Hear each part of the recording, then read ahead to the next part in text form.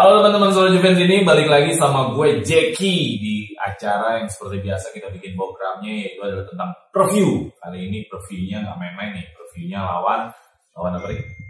Atalanta.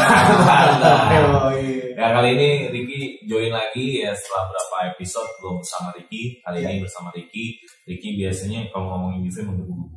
Pasti. Menggebu-gebu. Semangat. Pasti harus. Ya jadi apa adanya kalau Ricky itu ngasih input buat Juventus ya. Kali ini lawan Atalanta, ini bukan pertandingan yang mudah. Ya kan, karena Atalanta itu posisinya di ketika ini kita bikin masih ada di zona Liga Champions. Nah, langsung aja kita mulai klasemennya Ricky. Klasemennya zoom dikit coba. Klasemennya Juventus ada di peringkat 3. Hari ini kita lagi sedang bertanding. Kita nyalip lagi nih kalau menang lah ya. Dari kita lagi bikin tag ini, Genoa lagi main sebenarnya. Lagi main. Tapi kalaupun Atalantanya menang lagi ya disalip lagi nih kayaknya. Karena gamenya sama kan, sama 29 ya. Sama-sama 29. Jadi sekarang nggak ada posisi yang ngutang satu game. Udah nggak ada. Satu game. Jadi menurut gua ini pertandingan udah dikatakan besar buat Juventus. Menurut lu gitu nggak? Menurut gua gitu bang. Apalagi ini apa namanya? Kita bakal ketemu juga kan di final Copa kan? Iya, bakal ketemu di final Copa. Panas sih malam Atalanta di musim ini.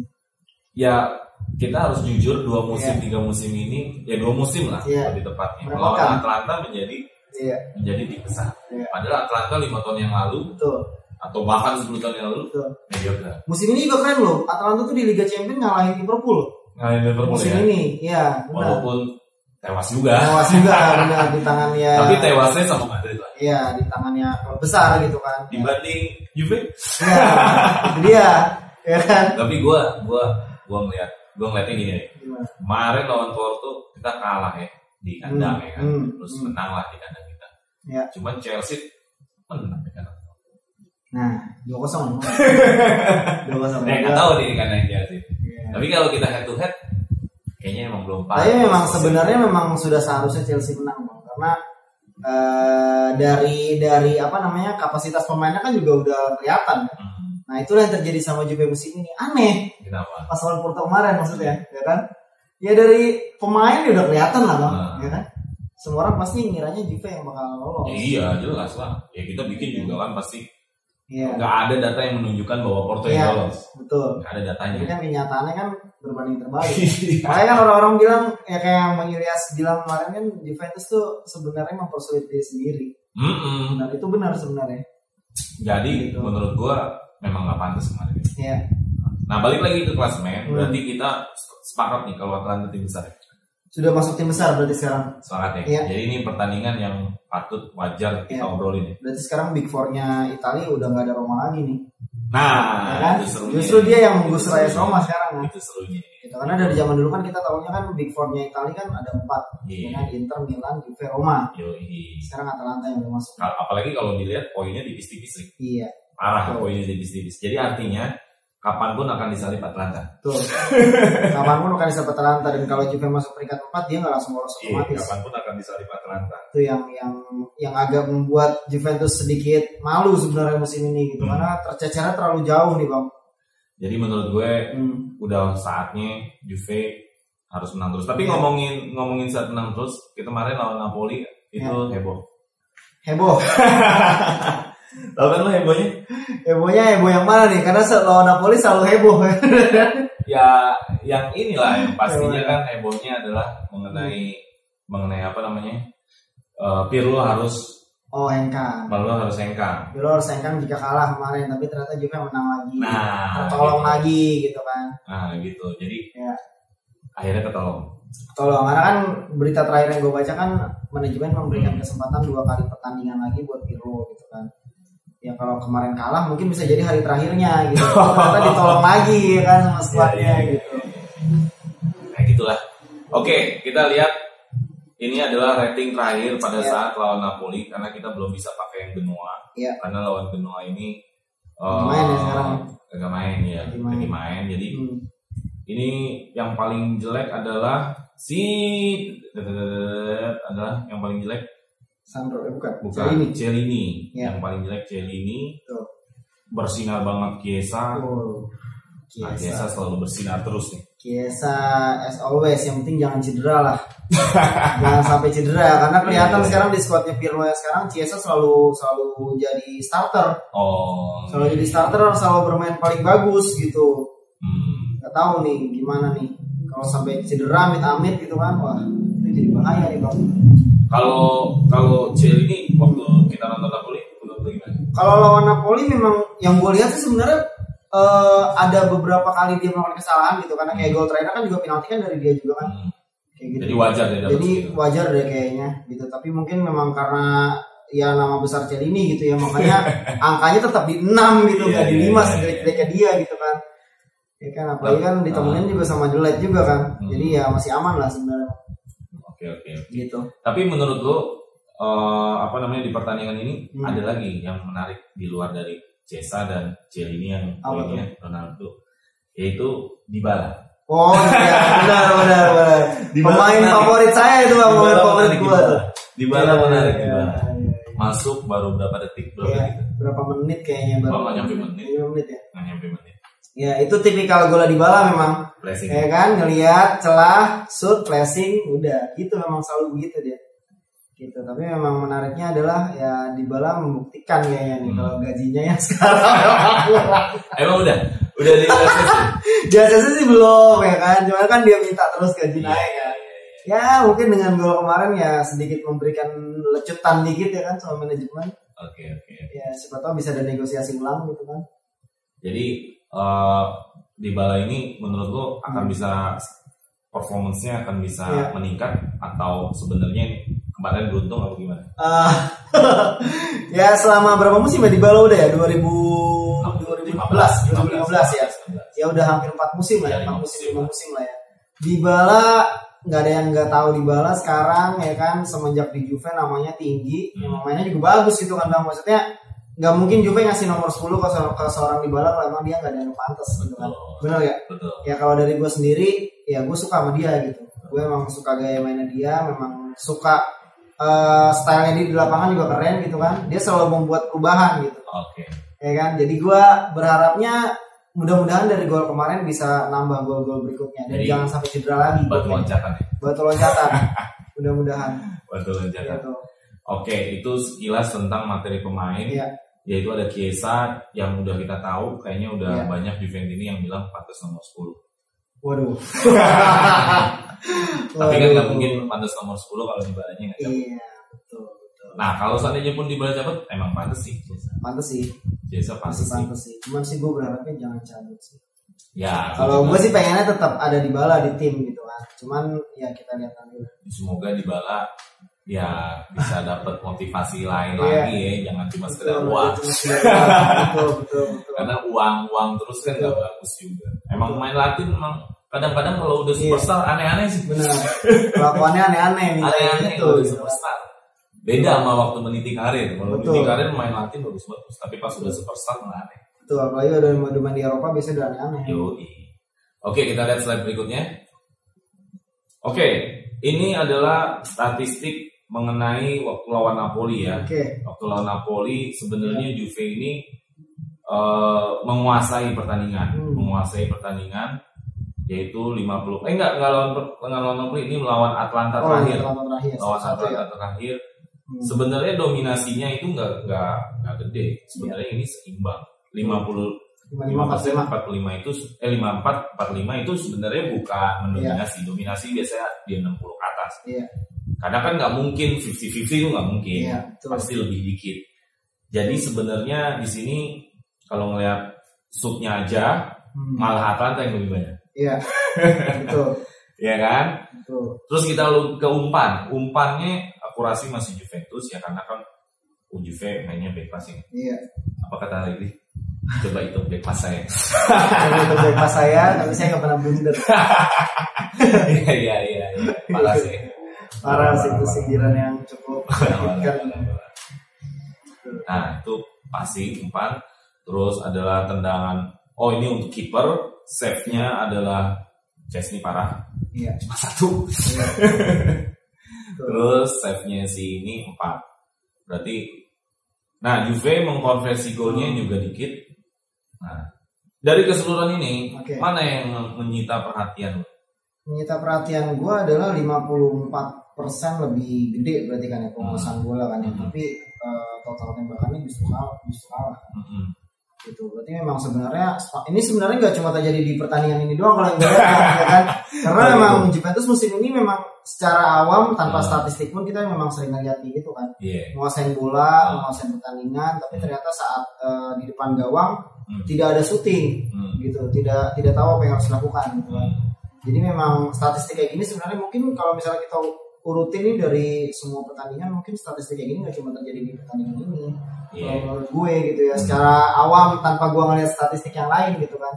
Karena kita saat kita nonton Juventus musim ini memang kayak gitu, banyak umpan, bola dari tengah balik ke belakang lagi, ke tengah lagi, ke sayap lagi gitu kan.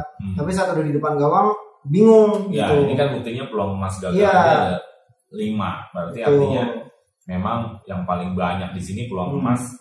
Berarti strikernya oke lah Ronaldo yang mengkonversi. Tapi selain Ronaldo nggak ada lagi. Pilihannya cuma Chiesa akhirnya. Ya kan? Pilihannya di situ-situ aja. Betul. Nah, berarti kalau ngelihat kayak gitu masalahnya Atalanta ini agresif.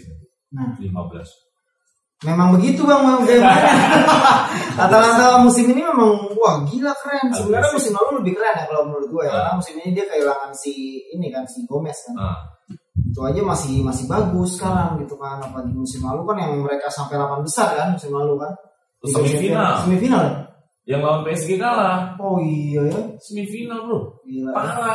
Parah sih. Musim lalu lebih parah lagi gitu. Semifinal gila. Itu kalau misalkan dia nyampe ke final sih jadi sejarah. Buset deh jadi layang. Itu pasti. Gila, memang gila musim ini justru ya belum sepenuhnya hilang gitu. Cuma kehilangan satu pemain gitu kan. Jadi memang Atalanta sekarang memang udah serem Bang. Udah bukan klub kecil lagi gitu. Jadi ini bakal dominasi gitu. Walaupun Juve dominasi, yang dibutuhin sebenarnya bukan ball possession, yang dibutuhin tuh golnya. Gitu. Kita juga sebenarnya ngelihat tim menguasai pertandingan tuh seneng gitu kan. Cuman ada sesuatu yang lebih bisa menyenangkan fans selain menguasai pertandingan gitu ya. Golnya yang kita butuhin gitu. Jadi kalau dilihat tadi kan statistik menyerang Juve ini masalahnya adalah golnya. Iya. Tapi sebenarnya pertahanan Juve nggak jelek nih. Iya. Buktinya intercept bagus, bloknya bagus, sapuannya bagus, sapuan tuh buang bersih ya. Penyelamatannya bagus. Iya. Ya cuman itu tadi ketika bertahan bagus tapi lu nggak bisa golin juga kan nggak bisa menangkan pertandingan. Betul. Gitu. Apalagi ini kan liga kan bukannya kompetisi kan bisa diterusin sampai ada penalti gitu kan kalau emang nggak bisa golin gitu. Jadi kadang-kadang ngelihat Juve kebobolan tuh bukan karena backnya jelek sih, karena blunder. Iya betul. Musim ini banyak banget. Karena counter attack. Jadi hal-hal yang seharusnya nggak perlu lah. Iya. Gitu loh. Nah untuk duel juga masih menang. Jadi sebenarnya lawan Atalanta ini secara kita ngambil pekan pertama, maksudnya leg pertama ya di Liga musim ini, Atalanta ini kita masih bisa nimbangin, bukan nimbangin, kita masih bisa menang. Betul. Cuman kan kondisi saat ini adalah Juve dalam kondisi yang bukan di peringkat 1. Betul. Arti lu tidak di peringkat 1 berarti kan lu tidak yang lagi terbaik. Itu nggak sih ngerti ini? Betul. Apalagi poinnya tercecernya jauh. Berarti memang ada yang salah dengan musim ini dibanding 9 musim sebelumnya. Betul. Tapi gue ngelihatnya tetap Atalanta berbahaya. Tapi lu melihatnya musim ini sebenarnya apakah memang Juventusnya yang performanya menurun? Atau mungkin karena tim-tim lain yang memperkuat diri? Dua itu. Juventus menurun, tim lain memperkuat diri. Tapi untuk catatan yang paling memperkuat diri, yang paling kelihatan Inter sebenarnya. Yang paling kelihatan Inter. Inter musim ini, Inter udah musim kedua ini Conte ya. Iya kan gue bilang sama lu waktu awal-awal kita liga awal musim. Ini bukan Milan. Inter ini nanti. Karena dari sisi squad, dari sisi manajemen kan nyiplak Juventus tuh. Dan memang Conte punya sejarah, dia selalu berhasil di musim kedua. Iya, jadi menurut gue ya Juve-nya menurun, Internya juga mempersiapkan diri. Kalau Milan sih menurut gue memang dari awal malah gue nggak terlalu melihat ya. Kalau Milan gitu, memang dia meneruskan dari setelah habis pandemi, cuma jeda sebentar, terus gitu. Kalau Milan, kalau Inter tuh benar-benar berbenah. Benar. Musim lalu juga sebenarnya udah mulai kelihatan bang. Musim lalu. Akhir musim lalu tuh udah mulai kelihatan, dia tiba-tiba nyalip sampai peringkat 2 gitu kan. Tapi bagusnya Juve musim lalu nabung di leg pertamanya, maksudnya di paruh musim pertamanya bagus. Banyak menang. Jadi akhir menjelang akhir musim banyak kalahnya udah. Jadi pas dengan pandemi tuh. Iya. Pandemi 2 bulan ke sebulan gitu Serie A. Nah itu Juve menurun juga sebenarnya. Itu sih. Saingannya malah pas habis pandemi itu kan Lazio masih. Lazio. Iya, justru di akhir musim Lazio-nya turun. Iya. Jadi katanya kalau nggak ada pandemi Lazio bisa seperti itu. Itu orang-orang teorinya kan kayak gitu kan. Parah sih. Betul. Oke, ada slide apa lagi selain statistik kita lawan Atlanta? Oh ini langsung berita-berita. Ini berlebihan nggak kalau misalkan dianggap seperti Van Dijk? Dragusin. Oke. Untuk saat ini mungkin masih berlebihan. Untuk saat ini masih lebay. Cuman kita kan udah tahu ya namanya pemain muda ya. Ya kan pemain muda itu kan ya mereka butuh jam terbang ya kan, butuh kepercayaan. Ya kalau memang bisa dikasih kepercayaan bisa bang. Ada kemungkinan. Dia ada nggak sih satu match? Ada sih ada waktu itu. Ada satu match, cuman pertandingan ini ya. Waktu itu pernah dia kalau nggak salah dia backupin Bonucci Ciellini cedera. Dia main deh kalau nggak salah. Ya lupa juga gue. Tapi yang pasti nih kita mau bilang ini bagus kalau jam mainnya ada. Ya ini mah cuma masalahnya ngegoreng aja. Gorengan aja. Digoreng media. Misalkan Juve bilang ya tolong gorengin dong main gue biar mahal. Ini bisa aja kan? Bisa aja. Ya kan apalagi kan di Juve kan juga punya Beckham kan juga maksudnya Bonucci Ciellini itu sebenarnya walaupun udah tua cuma nama besarnya susah digeser gitu. Jam jadi terbang nggak bisa dilawan. Nah itu dia jam terbangnya nggak bisa digeser. Apalagi gue seneng lihat presiden Ciellini. Ciellini parah sih presidennya. Tuh. Delight juga kan awal musim udah sekelas Delight pun aja awal musim pun masih belum dapat tempat kan. Benar. Mesti sabar gitu. Oke, ini Dragusin. Dragusin harus banyak jam terbang ya, setuju ya. Harus banyak jam terbang. Bisa bilang ngirim.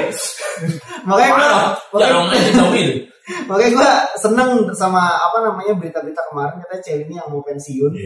Ya kan. Sebenarnya gue di satu sisi gue seneng karena memang sebenarnya kita lihat dari komposisi back Juventus sekarang itu udah terlalu tua menurut gua. Kasihan Delight-nya gitu ya kan. Maksudnya Bonucci, Ciellini itu sebenarnya udah bukan pasangan yang ngepas lagi buat Delight. Mungkin kalau salah satu di antara mereka pensiun ada satu slot kan tuh di situ. Iya gitu antara Demiral atau Dragusin. Tapi tergantung juga deh. Kenapa? Pelatihnya. Iya. Balik lagi sih. Kan? Ini serunya adalah kita nggak tahu nih akhir musim ini seperti apa. Iya. Apakah nanti akhir musim itu skenario-nya Juve dengan manajemen yang bilang kita percaya di lo, ataukah ganti? Betul. Kalau ente gimana? Kalau ente gimana, brother? Kalau gua balik lagi kan, gue itu ngelihat seorang berhasil kan ngelihat hasil. Iya dong, ngelihat hasil. Gue misalkan bilang, peringkat 5 atau peringkat 4 katakanlah Pirlo progres kok gitu. Tapi buat gue kenapa harus progres kan Juve udah gede. Betul. Gitu loh. Jadi Juve itu hanya boleh menurut gue di runner up. Itu kelasnya. Udah paling ini banget tuh ya. Iya. Jadi kalau lo masih di zona UCL-nya tingkat 3, tingkat 4 apalagi kelempar, menurut gue kak. Betul. Tapi kalau zonanya runner up, gue masih bilang oke lah Pirlo. Ya memang ini masa belajarnya Pirlo, nggak masalah. Bener juga sih kalau dibilang progres, apa yang mesti diprogresin? Dari awal kan sama Juve sebenarnya udah gede. Gitu. Jadi kalau mau yang kita selalu bilang di soal Juventini, sebenarnya bukan progres, stay on top. Iya betul. Iya kan? Iya. Lu ada di puncak terus. Itu memang agak susah sih itu sebenarnya. Ada di puncak terus. Ya sebenarnya nggak susah juga, buktinya Munchen selalu dalam kategori ya bagus terus. Madrid dalam kategori bagus terus. Ya kita lihat Madrid nih, Zidane nggak ada CR sekarang pun masih kompetitif untuk Scudetto lagi dia di Liga Spanyol.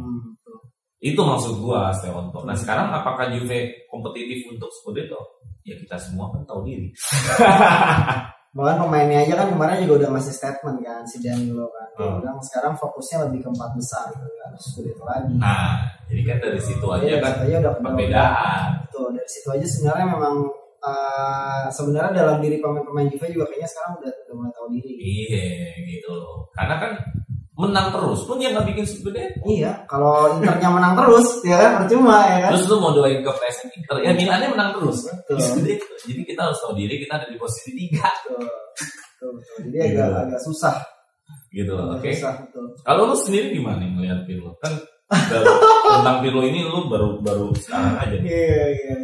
Kalau gue ngeliat Pirlo ya, gue sosok yang mengidoli dia bang. Gue udah pernah bilang awal lu kan, secara pemain, sebagai seorang pemain gitu kan. Cuman kalau untuk jadi pelatih memang dari awal musim gue udah kaget gitu. Apakah? Tapi gue pernah ngomong waktu itu, kita kan punya grup WhatsApp Juventus itu kan. Dan gue pernah ngomong pemain-pemain Juventus yang ada sekarang itu sebenarnya memang pemain-pemain yang udah siap, udah memang sudah dipersiapkan untuk ya Scudetto doang bisa gitu. Siapapun pelatihnya gitu kan. Tapi ternyata gagal. Berarti memang pelatih adalah elemen yang paling penting sebenarnya dalam sebuah tim gitu ya kan. Berarti memang statement gua awal musim itu salah berarti. Iya. Gitu. Ternyata pelatih itu kan nahkoda sebenarnya di lapangan. Ada yang nyetir kapalnya di lapangan. Gitu. Kalau Agnelli nahkoda untuk hall-nya, keseluruhannya. Iya. Gitu. Jadi bagaimana lu? Kalau gue tadi kan bilang kalau runner up, oke, Pirlo nggak mau. Tapi kalau nggak runner up, gue nggak mau. Kalau gue out aja bang. Out aja ya. Out aja sekalian. Kalau memang mau bersaing ketat di musim depan, di UCL, di Scudetto rebut lagi musim depan, ya berarti harus benar dibenahin dari nakodanya. Gitu. Kita butuh sosok yang pengalaman. Karena pemain-pemain Juve sekarang kan mayoritasnya muda nih, pemain muda nih, iya kan? Nah, pemain muda kan butuh bimbingan nih. Nah, kalau dilatihnya sama pelatih muda juga, kurang pengalamannya gitu. Kalau pengalaman banyak orang bilang Zidane atau Allegri lagi. Antara Zidane sama Allegri pilihannya mana kalau itu? Gua Zidane lah. Zidane. Karena 3 UCL itu susah itu. Iya. Itu susah, definisi stay on top. Nah, definisi stay on top. Betul. Jadi menurut gua masih Zidane sih gua. Iya. Itu susah loh, maksudnya. Rekor Zidane ditembus sama klub lain. Susah pun lo bisa. Betul. Orang musim ini aja mau dibantai PSG. Betul. Nggak bisa. Itu susah.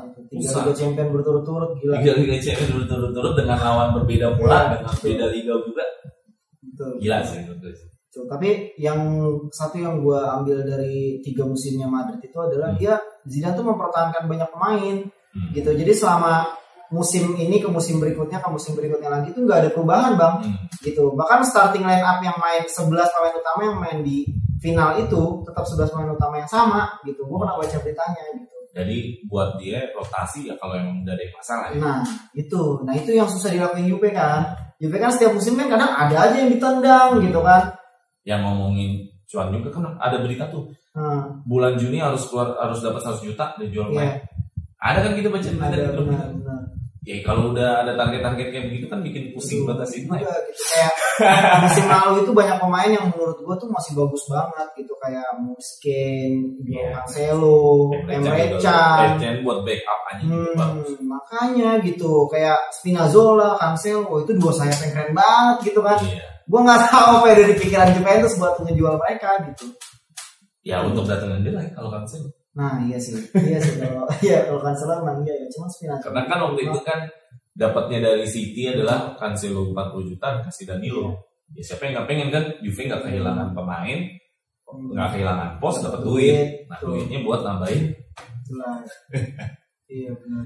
Jadi masih begitu loh, Juventus tuh masih uangnya belum benar bombastis lah ya. Berarti harus jual pemain mahal. Masih ada buka tutupnya lah ya. Iya masih begitu. Nah paling itu aja deh buat Juve Atlanta. Skor terakhir gimana? 2-0 lah. ya. Masih optimis gue. 2-0 di kandang Atlanta nih soalnya. Iya, masih 0-2 lah berarti. Gue juga 2-0. 2-0 siapa yang? Chiesa Ronaldo lah. Ini udah sepaket ya? Udah sepaket kan? Genoa nih Kulu kan? Iya. Kulu barusan golin. Ya, Kulu buat backup aja cukup lah bang lah. Kulu lah, tapi buat starter gue masih belum ini sih. Di Kulu harus ada materi lagi nih. Ibaratnya yang digadang-gadang pemain muda terbaik. Ini aneh nih sebenarnya nih musim ini nih, karena best player musim lalu sekarang mendem musim ini. Best terbaik. Iya, kiper terbaik ya begitu, mendem. Sama U23 terbaik musim lalu si Kulu, sekarang begini. Gitu. Jadi, kacau nih musim ini. Semuanya main di Juventus lagi. Aduh, berarti kan emang ada yang salah nih bang sama Juventus musim ini, harus dibenahin gitu. Ya kalau dibilang Kulu karena pelatihnya Pirlo, toh Chiesa karena pelatih Pirlo. Iya. Jadi gue bingung apakah salah di Pirlo, apakah salah di pemain. Tapi kalau gue ngelihat pemain berkembang atau nggak berkembang, ya kita lihat dari hasil yang dihasilkan nanti di pertandingan. Tetap adalah hasilnya. Gitu. Jadi menurut gue harus lihat 2 musim nih. Iya. Baru kelihatan Kulu ini jadi Lord. Iya. Jadi Lord atau jadi King. Betul. Oke, dari gue 2-0 tadi ya. Dari gue juga 2-0 lah ya. Oke teman-teman, itu tadi salah satu bincang-bincang kita sama Ricky. Baru kali ini lagi Ricky ngasih komentarnya ya tentang profil lawan Atlanta. Ya, Atlanta sekarang jadi tim besar untuk 2 musim ini. Jadi ini bukan pertandingan main-main, ini pertandingan seru. Minggu depan berarti? Minggu depan. Jadi tonton juga teman-teman Juventus lawan Atlanta. Dan jangan lupa kasih tahu teman-teman Juventus ini subscribe, share, like, dan komen. Oke. Fino alla fine, Forza Juventus.